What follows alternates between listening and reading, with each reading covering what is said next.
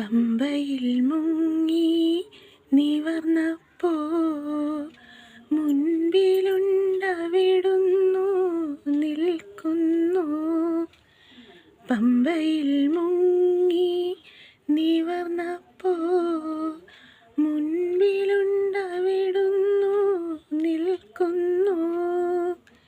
സുഖമായോ യാത്ര, സുഖമായോ എന്ന് പലവരു ചോദിച്ചു പുൽകുന്നു.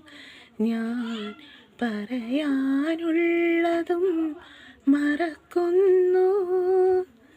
കർപ്പൂരപ്രിയനേ, നിൻ കഥ കേട്ടു.